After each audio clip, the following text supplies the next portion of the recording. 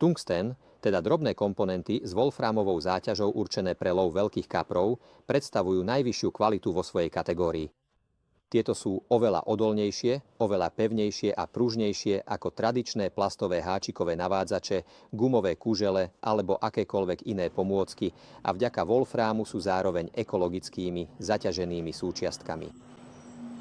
Gumové guličky alebo gumové dorazy sú veľmi obľúbené pri zostavovaní koncových montáží. Vrcholom v tomto smere je Tungsten Swivel Beads, čo je veľmi praktický a dobre navrhnutý gumový doraz. Zaujímavosťou je, že na hrubšom konci sa nachádza zárez, do ktorého jednoducho zasunieme očko obratlíka a tým ho už aj zaistíme.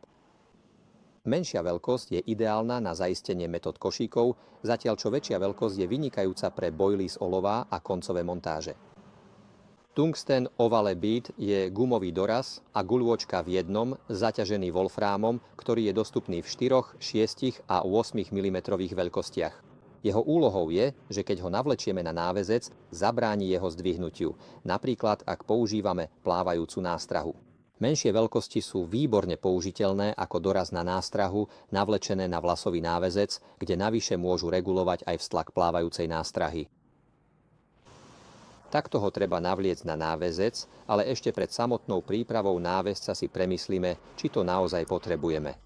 Pretože keď už sme náväzec pripravili tak, že sme na jeho koniec uviazali slučku, potom je veľmi ťažké, alebo takmer nemožné, pretlačiť túto gumenú guľôčku cez úzol, keďže je dosť tesná. Preto ich treba vždy navliecť dopredu.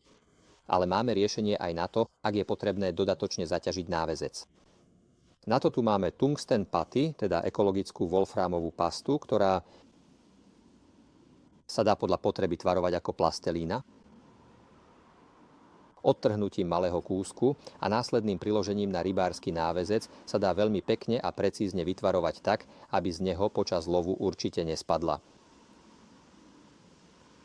To je pekné. A potom sme mali zaťažené háčikové olovo, ku ktorému sa neskôr pridalo to ťažšie